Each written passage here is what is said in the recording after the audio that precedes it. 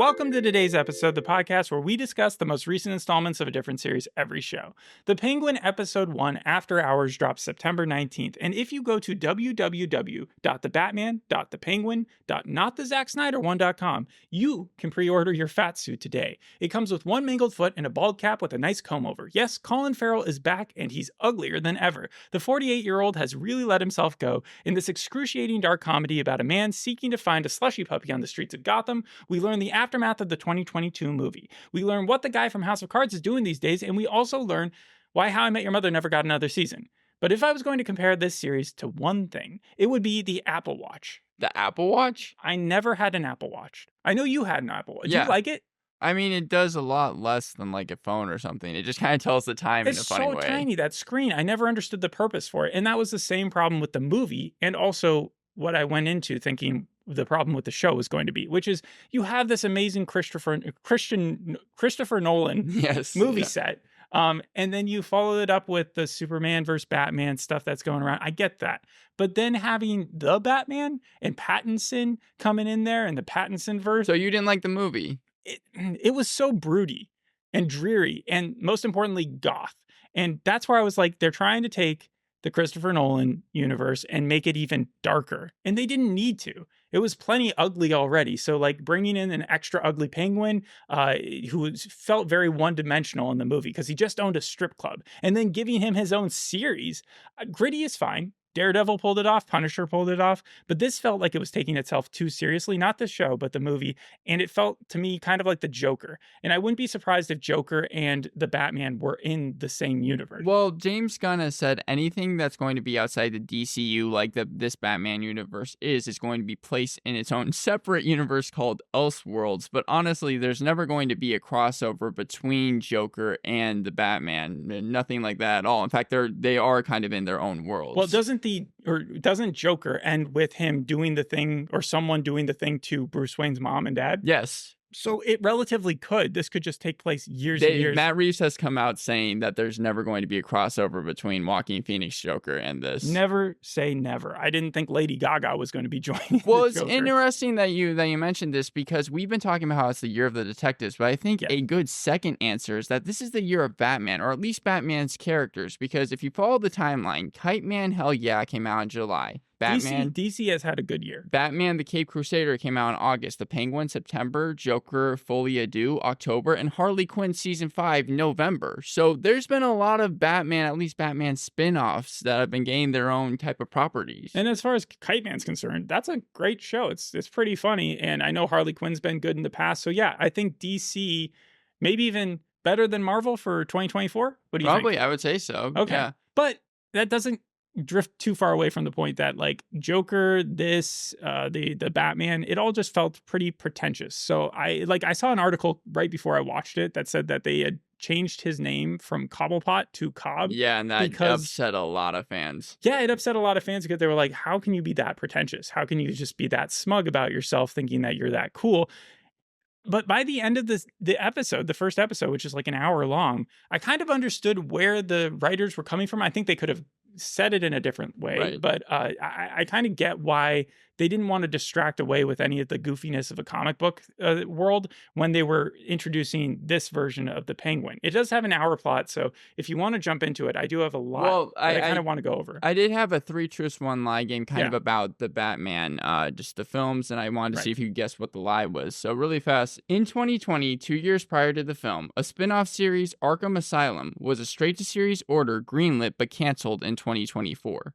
Second one is Patrick Schwarzenegger has been confirmed to be playing Mr. Freeze in The Batman Part 2, scheduled for 2026. The third one is Colin Farrell and Matt Reeves in The Batman wanted the Penguin to smoke cigars, a signature trademark of the character, but the studio didn't allow it. And the fourth one is Paul Dano wrote a 6-issue DC comic limited series called The Riddler Year 1 in 2022. The cigar thing seems odd in this day and age, especially with how dark the series already is, but I will go ahead and say the first one because it's the most basic. No, there was supposed to be an Arkham Asylum series that came out. Also, a Gotham PD series set in the same universe. The false one was actually Patrick Schwarzenegger being confirmed to play Mr. Freeze in the Batman Part 2. People were speculating that, especially because Arnold Schwarzenegger has this weird deal with Warner Brothers where he pays them $1 and is able to keep the suit every single year from Batman and Robin. Huh. And then Paul Dano did write a 6-issue DC comic limited series. When he was on set with Matt Reeves, he kept on talking about the backstory and all the things they could do, and Matt Reeves was the one to encourage him and said, hey, you should really make this like a comic series. It's the least surprising to me because like the guy's kind of weird. And then Colin Farrell and Matt Reeves, yeah, they really did want him to smoke cigars, but the studio, they just didn't allow it. Even though the film is really violent, they didn't want him to smoke at all. So I think that they were paying homage to it when he's giving Vic the cigar in this episode. Maybe they thought they were like really testing Colin Farrell at that point because he's got this super strong Irish accent normally. And the fact that he's able to do like this, I don't know if it's Brooklyn, but like he's able to completely change his voice for this character.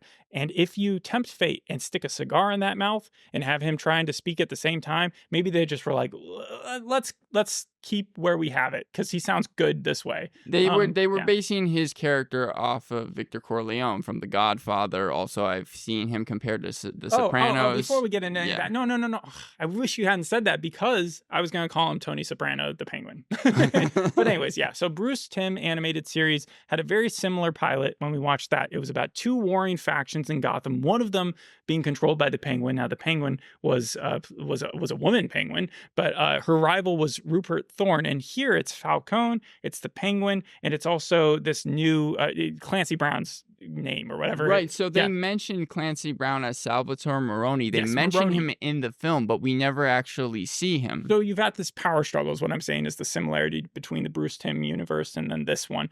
But let's start at the very beginning. Carmine Falcone is dead. Is it called Falcone or is it Falcone? Or it's Falcone. It doesn't matter the pronunciation. If you're Italian, you say Falcone. Gotham is Gotham, crime-ridden but surviving. Batman absent. I guess he's just AFK.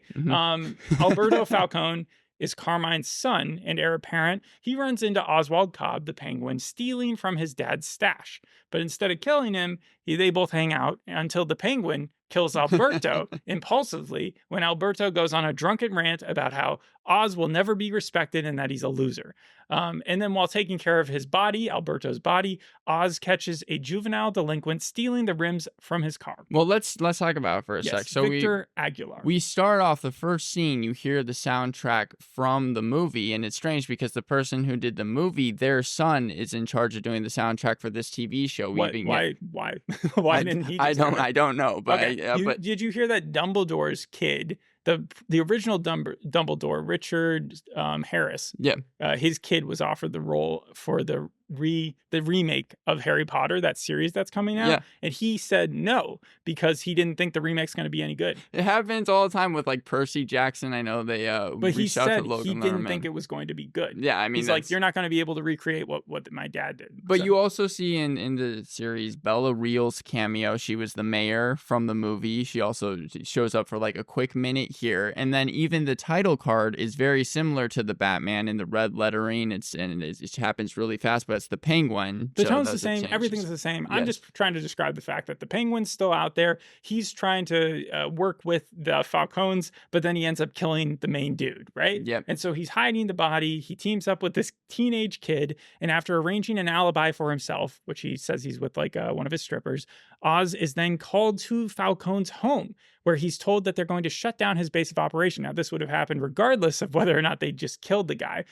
He lost a lot of his profit when the Riddler blew up the dam or whatever. And so they were able to bring a little bit of it back. They were able to dry it out. And so they were going to sell those drugs still. But at this point, Falcones are just cutting their losses and they're moving out. Because this takes place. Hates that. This takes place a week after the movie's events. And it's supposed to end right before the second film kicks off. Yeah. Just as I said in the intro, aftermath of the 2022 movie. Right. Then we also meet Sofia Falcone, the daughter of Carmine and sister of Alberto, a notorious serial killer who has just been released from Arkham Asylum. It's funny, in the comics, she's an 8-foot tall character. 8-foot tall. She's a She-Hulk bodybuilder. Yeah. She's She-Hulk. Yeah. No, but give it up to Gotham. They're pretty progressive with their politics, rehabilitating a serial killer. And she's young still. So, like, they do it in record time. Yeah, but I like that she's played by Cristin Milioti, right? Yeah. The How I Met Your Mother And lady. the first time we see the character is what this series, and it seems like the movies are going to be based off, which is The Long Halloween that came out in 1996. I've heard of it. Yeah, I think it was created by Jeff Loeb or something like that. And yeah, it's like one of the most famous Batman stories ever made. So after making it clear that she suspects Oz of being a little sneaky, and also the fact that her brother has just mysteriously disappeared, Oz plans to skip town because he's afraid of her. But then his mom changes his mind. His mom, who has dementia and whose name is Frances.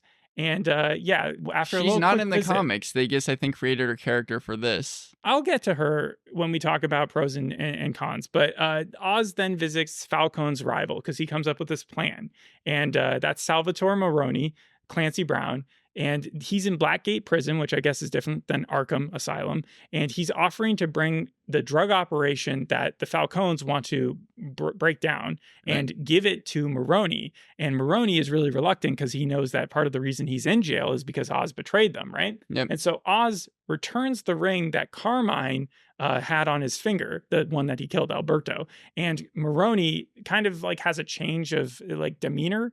After he gets that ring, he's like, I guess I can trust Oz a little bit more. I think it gave him more like authority. He was angrier. He was angrier at the Falcones for doing something. He said, "How did you get this?" Yeah.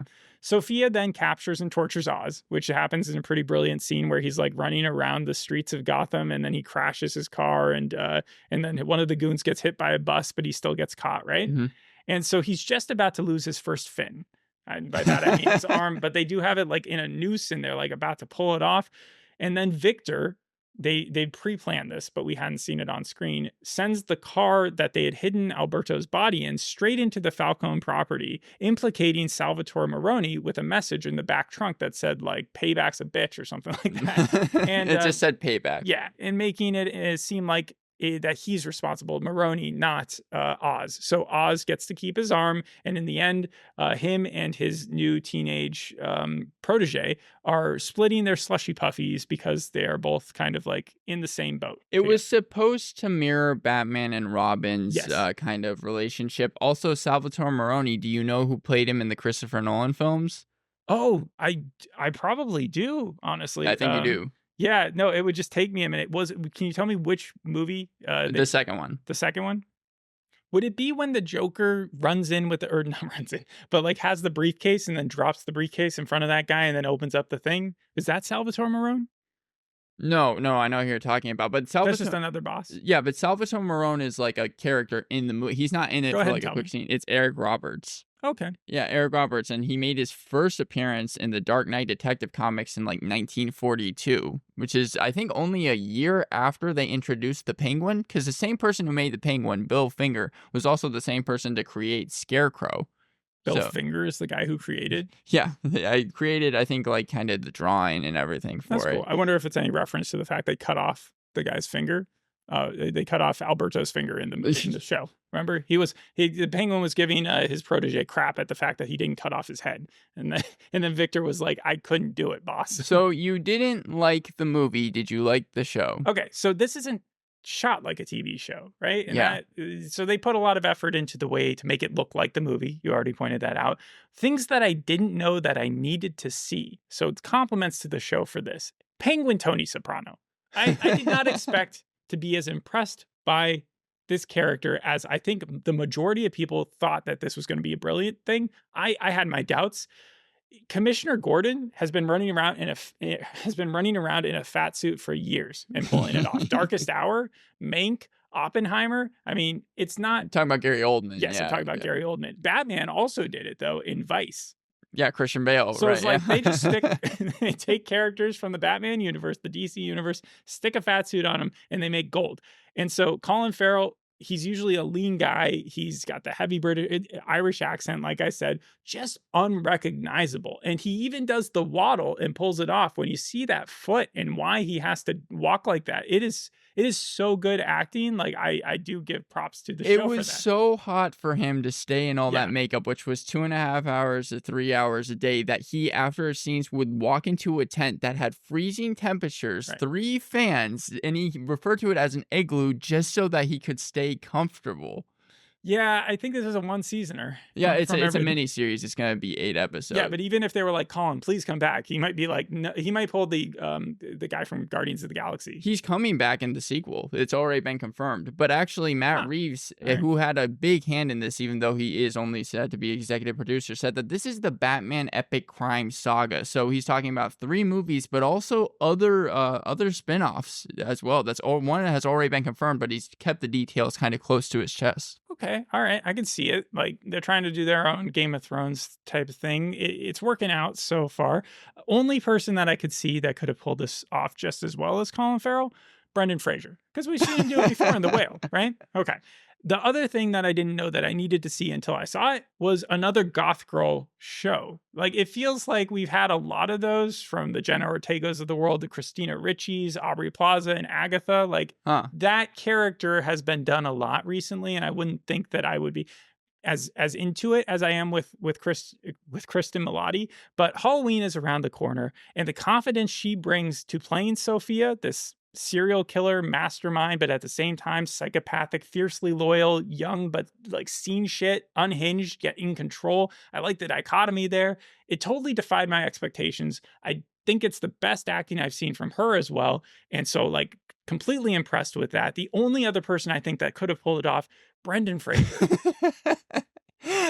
Here's the thing with Cristin Milioti, I thought she did a great job as well, but I felt like when her character was introduced, and this is one of the few problems I had with the show, I felt like it tapped on the brakes a little bit. I felt like the story got a little bit slower. I don't know. That scene with them at the diner, which was right after she got introduced, it felt like it was the best written scene that I'd seen. Like, the intimidation factor between the two of them. The Penguin is no chump. In fact, he gets very angry very quickly. Yes. And so him getting so scared of her so quickly, I thought she was able to pull it off. It wasn't just like, if she had just come in there and been playing kind of like a goofy, villainish lady who says sarcastic things, I think him running off to mommy and then being afraid and trying to get her out of there wouldn't have made much sense. She had to sell that villain that like you didn't necessarily see her worst side yet, but that you knew it was there. And yes, introducing her as she used to be a serial killer is one way of doing that, but I think she just had a lot of finesse to it. And so again, great version of a goth girl coming back and being a prop for the show. And then lastly, the thing that I didn't realize I wanted to see was more cliches. So wait, what? So that thing where the evil character likes or enjoys cheesy music, working 9 to 5, it worked. They weren't sure what song they were going to use, and then they finally settled on that one. So yeah. And they played it at the end too, right? To close out the credits. I thought it was good. Then the look at the sunset moment, they used the cliche to perfect what plot they were trying to do. Right. They wanted to set you up into thinking that it was a look at the flowers or look across the river, Lenny. And Vic just knew. He knew. Oh, Victor, of course, knew. Everybody knew. That was the whole point. And part of me thinks show probably would have been just fine if they'd killed him off. But he was one of the people from the American Horror Stories Drive-In episode 3 where everyone gets crazy. Yeah, I didn't even recognize him, but yeah. Yeah. What do Batman, the Joker, and the Penguin all have in common? Mommy issues. I mean, seriously, think about it. Joker, the whole movie was him trying to impress or like being insulted by his mom. Joaquin Phoenix. Yeah, that's why they should be the same universe. Batman, I mean, they made fun of it in Robot Chicken. They even showed it in the Bruce Timm version later on when Catwoman steals that one thing that he has mom issues. Yeah, there's several times. Yeah, and so like they could start a support group for each other. And then wouldn't it be cool if there was a plastic surgeon around that could just fix up all these face scars that the Joker has, that the Penguin has? Cough, cough, Hush. Isn't Hush literally a plastic surgeon? You've read the comic. That's why I'm asking. There's a lot there that I feel like you would need to see. Intimidating person coming at you, conveniently hit with a bus. That's been done before. I liked it in this. I think it was an homage, though, to the Dark Knight. Again, the cliches worked. Cons. The kid, the protege, probably just because I didn't see enough of him breaking away from the typical, okay, we'll do it what you say, boss. So you didn't like Vic this episode? It's not, I'm putting it under cons because it's like my least favorite part, but it doesn't mean that I don't think that later on he could, like, I wouldn't have had a problem if he had been killed, like I said before. The mom's dementia flew out the door faster than you could say Batman in tights. 1 second, she can't remember a thing. She can't remember if she's taken her pills that day. The next second, she's right there. She's like, who'd you kill? Why'd you do it? Okay, you're going to stand up for yourself here. And that is not the way that I've seen dementia play out before. And then, yeah, that was really my only two things that I didn't like. It's doing its own thing. It's if I had to compare it to a real series, I'd say maybe Wilson Fisk in the first season of Daredevil, where he's just working his way up to become as big a deal as he will eventually.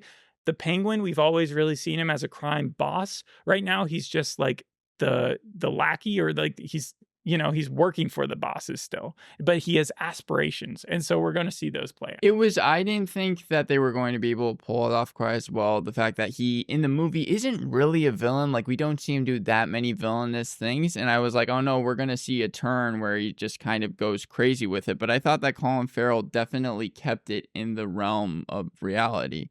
So I don't want to just be like saying that gushing over how good his performance was. But it was even like better than Cristin Milioti's, and Milioti's was like one of my favorites of the year. So it's so what are you really, gonna give the show out of 10? 8 out of 10. DC's had a really good year. The pilot is long, and I think that, like you pointed out, there were certain scenes where it felt like, I'm sure on rewatch there was a purpose for them. I'm getting the same. It's completely different shows, but it's like the same. It's a higher tier writing that reminds me a lot of the feeling I got after watching the pilot of Mr. Robot. So wasn't like the biggest fan of the pilot there, but I knew that it was special. And I feel like this show does the same thing. You watch it, you respect it, and you say, this thing is special. 8 out of 10 for the pilot. The way that they designed the Penguin was supposed to be, they took inspiration from Harvey Weinstein. And for Batman, they took inspiration from Kurt Cobain. Does Harvey Weinstein produce this? Is he back to producing? He is in Arkham at this point, isn't he? Probably. Okay. The series has gotten critical acclaim. It's not hyperbole to say that this is right up there with Shogun in terms of being like one of the best series of the entire year. 8.8 on IMDb, 94% on Rotten Tomatoes, 89% audience score. The Guardian gave the series 5 out of 5, and they titled their review, Colin Farrell deserves all the awards for this powerful Batman spinoff. You also have Forbes even created an article saying, yes, HBO's The Penguin is as good as reviews say. Well, the Pattinverse, certainly it's the best addition to that, because Robert Pattinson, not my favorite Batman. Zoe Kravitz's that's Catwoman. Right? Yeah, Catwoman, not my favorite version of Catwoman either. But these two characters here, or I guess, yeah, everybody here, it pulls it off. I know John Turturro would have also made an excellent like crime boss, but they had to kill him off in order to get to this point, right? Actually, they recast him because he couldn't show up due to scheduling conflicts. I thought he died. He did. So they were going to still use him? Yeah. He was going to like survive? Yeah, well, I mean, they've recast him. As someone. He's coming back. Yes. Holy shit. Mark Strong has actually. That's who Mark Strong. Because I saw his name in the credits. Yeah. He's going to be. I don't know how they're going to be able to do it. And John Turturro was going to, but again, scheduling conflicts made it so that he couldn't. I wonder if he's going to wear hair. Well, the weird thing about the saga is it started off not with the movie as you think it would. It started off with a Batman, an original movie novel released on February, like a month before the movie came out. Where it's going to end, no one really knows at this point. But yeah, I mean, do you have anything else really more to say about the series? The series? No, just that Sofia makes a good serial killer. I'm waiting to see how evil she can be. That'll be fun. Thanks for listening. We'll see you in the next episode. Hope you enjoyed this one. Bye. Bye.